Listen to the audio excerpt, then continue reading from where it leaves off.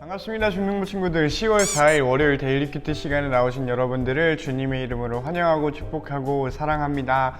한 주의 시작, 또 10월의 시작 이렇게 함께하고 있는 여러분들을 다시 한번 축복하고요. 축복한다라는 것이 인사말이 아니라는 걸 여러분이 알아주고 또 느꼈으면 좋겠어요. 진심으로 여러분의 삶이 안녕하고 행복하고 하나님 안에서 여러분이 살고 있다라는 게 경험되어지는 그런 말이니, 여러분의 삶이, 오늘이, 이 시간이, 앞으로가 그러기를 진짜로 나는 기도하고 있으니 여러분이 누렸으면 좋겠습니다. 그 누리는 수많은 방법들, 그 축복을 누리는 수많은 방법들 중에 하나, 가장 강력한 것 중에 하나가 하나님 말씀 보는 거겠다 싶어요. 그러니 우리 오늘 하나님 말씀을 기대하면서 같이 나눠봤으면 좋겠습니다. 그럼 전도사님이 기도하고 우리 같이 시작해 볼게요. 기도합니다. 사랑의 하나님 아버지, 감사합니다. 오늘도 하나님 말씀 앞에 나와왔습니다. 딱딱해 보이는 내용일 수 있고 어렵게 느껴지는 하나님 말씀일 수 있으며 하찮게 느껴질 때도 있는 것에 우리가 회개하오니, 하나님, 우리에게 하나님께서 말씀하실 때 우리가 그 앞에서 하나님의 뜻을 발견하고 하나님의 마음을 알고, 그리고 하나님의 백성으로 세우심을 느끼고 거기에 감사할 수 있는 자들 되게 해주세요. 예수님 이름으로 기도합니다. 아멘. 오늘 우리가 함께 볼 말씀은 출애굽기 25장 23절로 40절 말씀입니다. 전도사님이 지난 출애굽 소개 영상에서 이야기를 했었어요. 출애굽기 3등분 된다라는 이야기를 했지요. 첫 번째 1장부터 18장까지는 그냥 출애굽을 나오는 이야기, 10가지 재앙, 우리가 알고 있는 그것들이고요. 그리고 우리가 여태까지 봐왔던 19장에서 24장까지의 이야기는 시내산 아래에서 하나님께서 율법을 주실 때 모세를 통해서 율법을 주시는 그런 내용, 52가지의 이야기, 10계명이 포함되어 있는 그런 이야기를 했고요. 그리고 오늘, 어제부터, 정확하게 말하면 우리 어제 큐티, 주일 큐티 본문부터 25장에 시작이 되었어요. 여기서 출애굽이 끝날 때까지 성막이 지어지는 이야기, 성막을 이렇게 지어라 라고 하나님께서 알려주시고, 그 성막에 있는 너희는 이렇게 해야 된다 라는 이야기를 이제 40장까지 하고요. 중간에 아론의 그 금송아지 사건 이야기가 들어있다라는 이야기를 했었지요. 그래서 어제 본문은 아마 우리가 예배를 드리느라 같이 큐티를 안 했겠다 싶고요. 그런데 뭐 시간이 되고 마음이 되면 한번 어제 것도 봤으면 좋겠고, 어렵다면 그냥 오늘 그냥 하나님 말씀 같이 두런두런 이야기하고 읽어보면 좋겠다, 생각해보면 좋겠다 싶네요. 그래서 오늘은 그 성막에 대한 첫 번째 이야기, 25장 끄트머리 이야기입니다. 그래서 나랑 같이 함께 읽어보면 좋겠어요. 한번 같이 읽어보자. 조각목으로 상을 만들어라. 이 상은 테이블, 그냥 말 그대로 테이블이라고 해요. ESV 영어 성경에서도 이 테이블이라고 번역을 했지요. 계속해서 봅니다. 그 상은 길이가 2규빗, 너비가 1규빗, 높이가 1규빗 반이 되게 해라. 규빗은 우리말로 오늘날의 도량형이에요. 그냥 오늘 몇 센치다 이렇게 아는 것보다 더 중요한 거는 그냥 이거는 표기법이구나, 1인치로 만들어라, 이런 식으로 말이죠. 어쨌든 그 상을 순금으로 입히고 둘레에는 금테를 둘러라. 상 둘레의 높이가 한 뼘쯤 되게 턱을 만들고 그 턱에도 금테를 둘러라. 금고리 4개를 만들어서 상위 4모서리 곧 상다리가 있는 곳에 그 금고리를 붙여라. 상 위에 턱이 가깝게 고리를 붙여서 그 고리 거기에 채를 끼워 상을 운반할 수 있게 하여라. 조각목으로 채를 만들고 금으로 입혀라. 상을 운반할 때는 그 채로 운반하여라. 상 위에 놓을 접시와 대접을 순금으로 만들어라. 병과 잔도 순금으로 만들어라. 이것들은 부어드리는 제물인 전제물을 바칠 때 쓰는 것이다. 이 상 위에 진설병을 두고 항상 내 앞에 놓아두어라. 이 사진이 이제 상입니다. 테이블이고요. 이 상 위에 있는 이게 플레이트들이겠지요. 접시들, 뭔가 잔들이겠다 싶습니다. 계속해서 봅시다. 여기 또 이거를 보면서 우리가 여기 내가 있으려나? 이걸 살짝 옆으로 이렇게 치워놓을게. 순금을 두드려 등잔대를 만들어라. 그 밑받침과 자루와 등잔과 꽃받침과 꽃잎은 하나로 붙게 하여라. 등잔대의 옆에는 가지가 6개로 나와야 하는데 한쪽으로 3개, 다른 쪽으로 3개가 나오게 하여라. 각 가지에는 감복숭아 꽃 모양의 잔을 3개 만들고 각 잔에는 꽃받침과 꽃잎을 만들어라. 등잔대의 자루에도 감복숭아 꽃 모양의 잔을 4개 만들고 그 잔들에도 꽃받침과 꽃잎을 만들어라. 등잔대에서 뻗어나온 한 가지 한 쌍마다 그 2가지를 잇는 꽃받침을 아래로 만들어라. 아래에 만들어라. 가지들과 꽃받침들과 등잔대는 전체가 하나로 이어지게 순금을 두드려 만들어라. 등잔 7개를 만들어서 등잔대 위에 두어라. 그 등잔대는 등잔대 앞을 밝힐 것이다. 심지를 자르는 가위와 불똥 그릇도 순금으로 만들어라. 순금 1달란트로 등잔대와 그 모든 기구를 만들어라. 내가 산에서 보여준 모양 그대로 만들어라. 아멘. 이런 이야기입니다.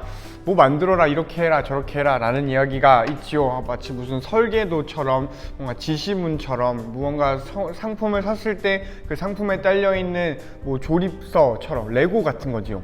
레고 사면 이렇게 만드세요 라는 그런 거를 알려주는 것처럼 오늘 하나님께서 이렇게 만들어라, 저렇게 만들어라, 성막에 들어갈 기물들을 이렇게 만들어라 라고 말씀해 주신 장면입니다. 우리 다시 한번 읽어보고 또 이 말씀은 나한테 어떤 의미를 주는가, 오늘을 살아가는 나를 포함한 이 세계에는, 나를 포함한 이 교회에는 어떤 말씀을 주시는 거고 어떤 의미를 주시는 걸까를 한번 생각해 보면서 우리 다시 한번 읽어보고 나눔해 보면 좋겠습니다. 시작! 여러분은 어느 부분에 좀 눈길이 가고 했나요? 어느 부분에서 좀 메시지가 있다라고 느껴지고 어느 부분에서 좀 느낀 바가 있다라는 거를 느꼈을지를 모르겠네요. 사실 이런 류의 본문이 뭔가를 느끼기가 정말 어려운 본문입니다. 뭐 느낀다라는 게 모든 것을 이렇게 생각하는 건 아니지만, 어떻게 이 말씀을 들었으니까 이 말씀을 내 삶에 가져오려면은 그럼 나는 뭘 해야 되지? 어떤 생각을 해야 되지?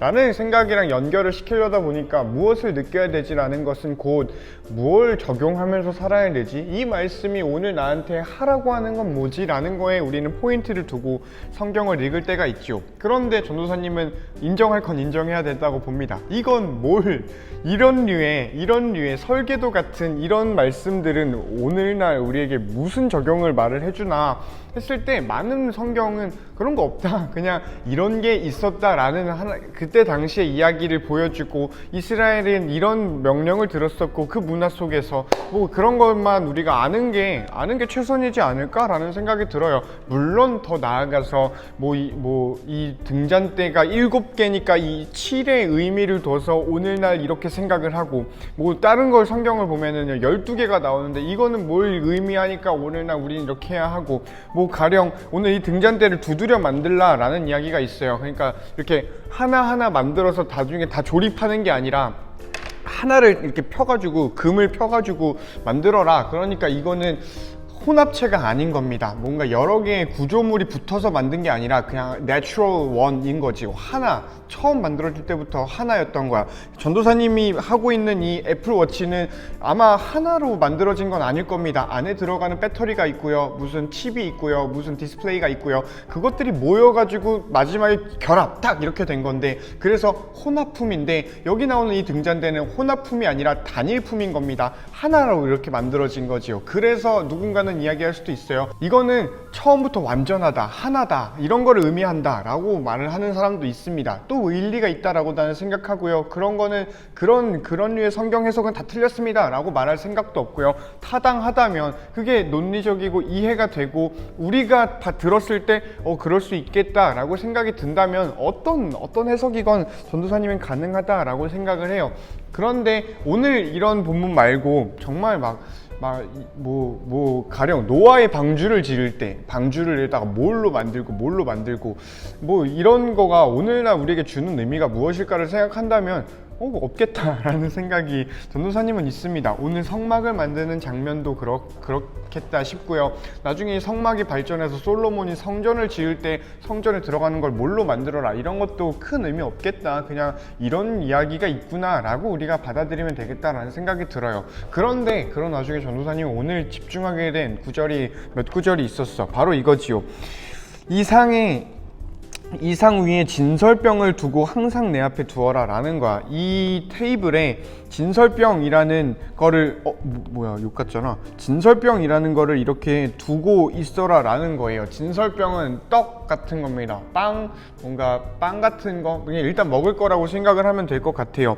그래서 이게 왜 전도사님은 눈에 들어왔냐라고 이야기를 나누고 싶은데 뭐라는 거야. 전도사님이 왜 이게 눈에 들어왔냐면은 여기에 이런 이야기가 나와요. 상위에 놓을 접시랑 대접도 순금으로 만들어라. 순금 퓨어 하잖아요. 되게 순수하잖아요. 다른 게 섞이지 않고, 뭐 이런 것도 의미가 있겠다만 오늘은 그거 말고 다른 여기에 좀 집중하고 싶어요.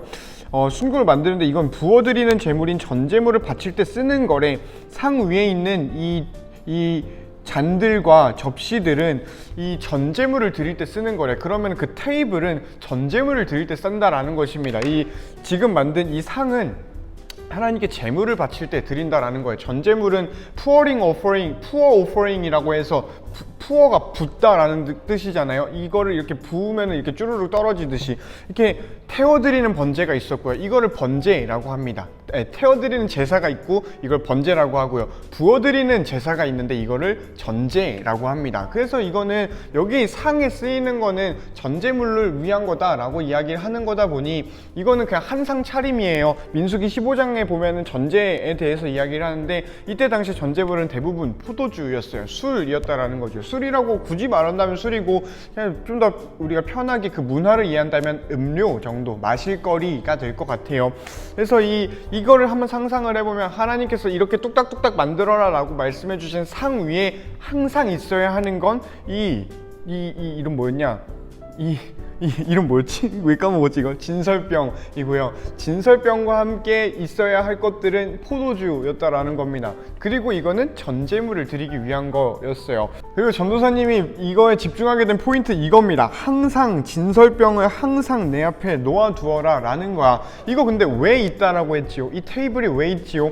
전제를 드리기 위해서예요. 하나님께 제사를 드리기 위해서야. 그런데 문제는 뭐냐면은 전제를 항상 드리지 않았다라는 거지요. 오늘도 우리가 예배를 항상 드리지 않잖아. 우리 삶이 예배입니다 이런 이야기를 하지만 교회에 나와서 예배 드리는 거 데일리하게 하지 않아요. 우리 이 큐티 영상도 뭐 큐티는 데일리하게 하지만 큐티 영상 데일리하게 하지 않아요.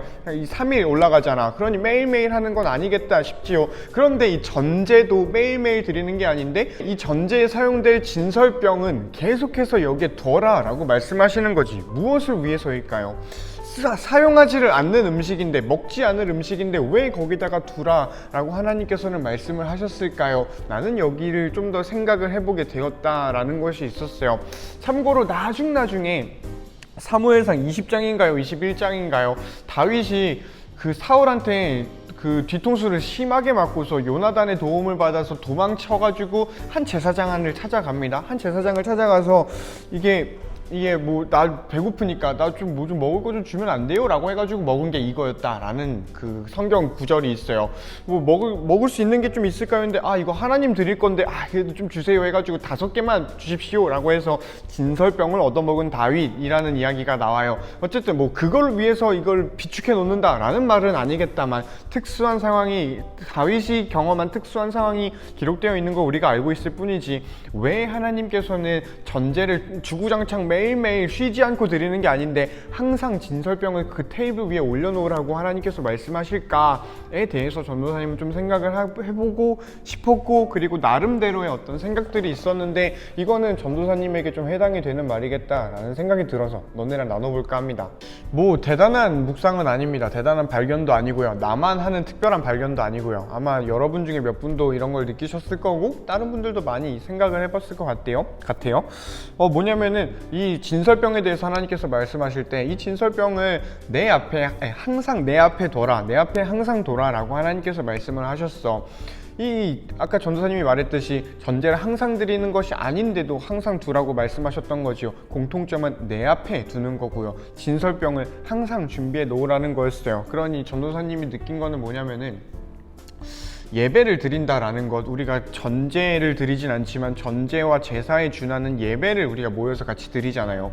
예배를 모여서 드리는데 이거 한쪽에다가 이게 구석탱이에 박아놓고 예배 드리러 가야지 하면은 주섬주섬 찾는 성경책처럼 주섬주섬 찾는 모처럼 이렇게 해가지고 한쪽에 박아놨다가 가야지 하고 챙기는 그런 게 아니었겠다라는 거지요. 가령 전도사님은 텀블러를 쓰고 있어요. 플라스틱 쓰는 거를 최대한 줄이려고 되게 노력을 해요. 너무 어렵지만 여러분도 해봤으면 좋겠어요. 그래서 전도사님은 텀블러가 한 5개 정도 있는데 근데 이거를 한쪽에 박아놓고 쓰면은 전도사님이 항상 쓸 수가 없어요. 그래서 설거지를 해가지고 마르면 전도사님 데스크 위에 올려놓거든, 내 책상 위에. 그래서 뭐 이거를 매일 씻는 게 귀찮으니까 뭐 운동하러 갈 때 쓸 거, 뭐 공부하러 갈 때 쓸 거, 물 담아 먹을 거, 이런 거를 구비를 해둬요. 한쪽에 박아놓지 않고 항상 내가 가져갈 수 있게 해놔요. 그래야 항상 쓸 수 있거든. 그래야 진짜 필요할 때 쓸 수 있고, 그래야 내가 이렇게 나는 플라스틱을 안 쓰려고 노력을 해야 된다라는 거를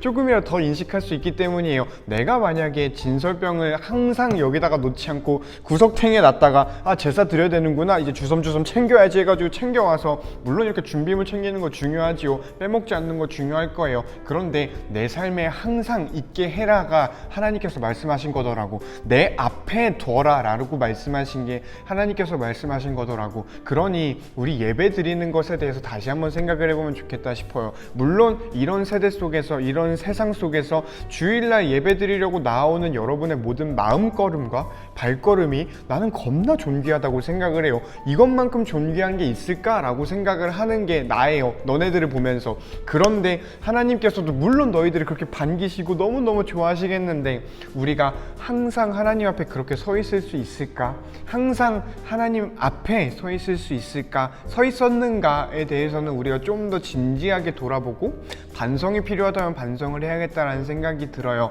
우리가 예배를 드린다라는 게, 교회 가서 예배를 드린다라는 게, 주일 아침이 되면은 교회 모드 스위치를 딱 바꿔가지고 유튜브든 아니면 오프라인으로 오던 이렇게 교회 모드로 살아갔다가 이제 교회를 나가면은 평일 모드로 딱 바꿔가지고 하나님 싹 잊고 교회 싹 잊고 살아가는 게 아니겠다 싶은 거죠. 그러니 예배를 드린다라는 것은 교회에 설령 매일 가지 않더라도, 교회에 설령 이번 주일 예배를 빠졌다 하더라도, 설령 온라인으로 예배를 드렸다 하더라도 내가 항상 진설병을 준비하는 거, 이거겠다 싶어요. 하나님께 드릴 나의 어떤 것을 계속해서 준비해 놓는 것.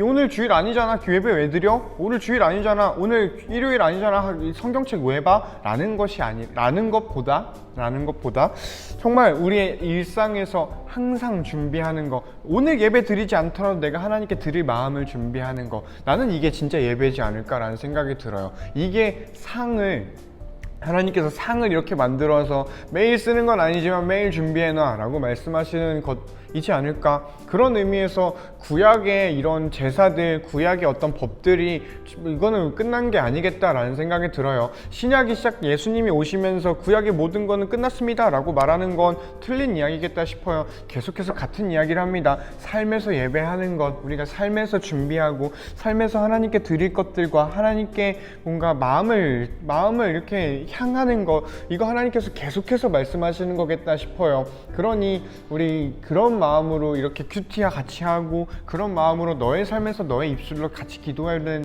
그런 우리 중동부 됐으면 좋겠다라는 생각이 들고요.